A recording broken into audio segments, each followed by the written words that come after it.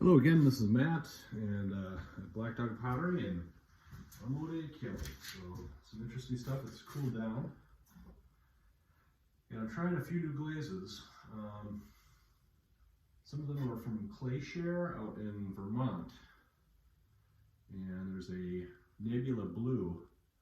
It likes to hard pan a bit, so it's a little, I put some Epsom salts in there to aid in suspension. Now I did some test pieces, little test tiles, and you'll see that basically this is their Nebula Blue, and then so the bottom is one dip, and then I double dip the top to see how it looks when it's thick. So obviously it looks pretty nice when it's thick. Another one I'm trying is this glaze as a gray. I went for a lot of big colors this last year, and now I'm going for some more subdued stuff. This is called cobblestone, and I really like where it's thin right there. The one dip before the two dips really glossy and runny.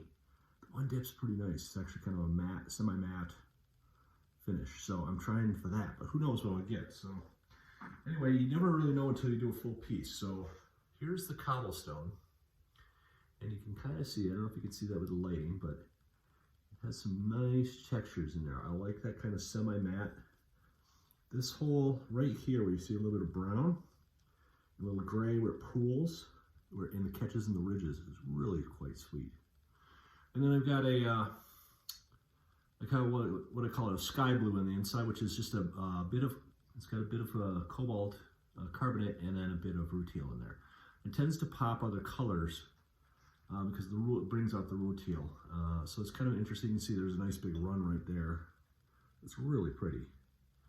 So maybe trying that underneath this glaze as a whole might produce some interesting effects, some interesting running effects, especially when it's thick like that.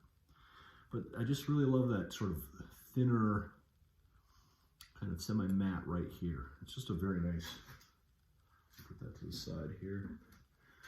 And this is the Clayshare Nebula Blue. And again, it really has some nice textures in there. Just small details, that little bit of speckling right in there. Very subtle. The subtle things tend to really shine over time as you use a piece and you realize the small subtleties. And just look how it's pooled right there and ran. Well, it ran over itself, and you can see it really blushes nicely. So really kind of interesting glaze. Also, again, it goes kind of where it's thin, a little duller here, more brown on a white clay, but it's going brown and then blue where it pools. So it's kind of an interesting contrast in that. So those are a couple winners.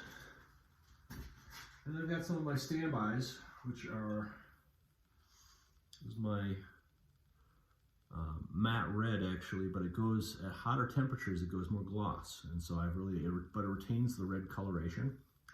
So that's quite nice. And then I've got a satin blue that I really like, where you get that kind of blushing effect where it gets thick again. So again, another glaze I'm gonna like because it's got some inherent sort of texture. Now these are, normally they show up more blue. These went more purple this time. So kind of an interesting, maybe it was a little cooler on the top. I might have to refire these. Looks like I went a little cooler on the top because I ran a kiln with 4 layers. Normally I only run 3. But green looks good. It's my transparent green with the satin blue on the inside.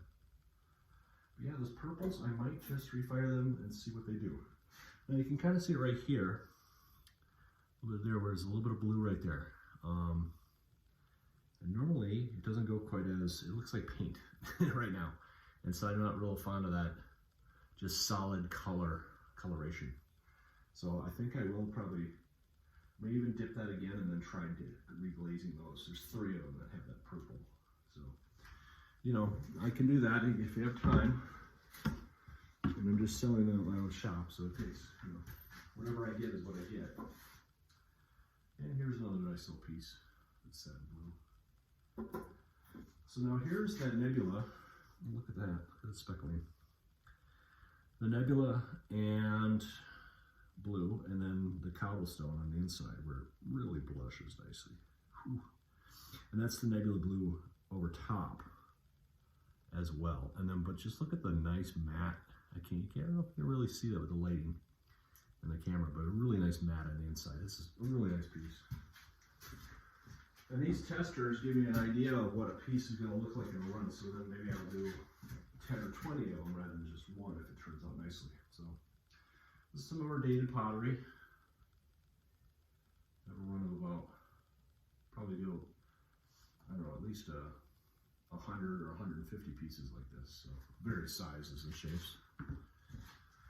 So that's that. That's a coffee mug, and then this is more of a tankard. That's going to hold about 22 ounces, give or take. So there's that.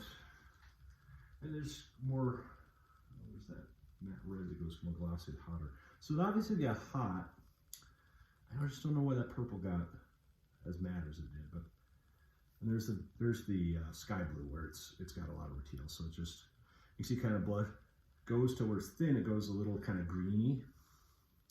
If you can see that, it goes a little greeny, and then where it's thicker, it goes, the rutile and the cobalt really pool, and you see more of the blue and kind of almost a blue-gray.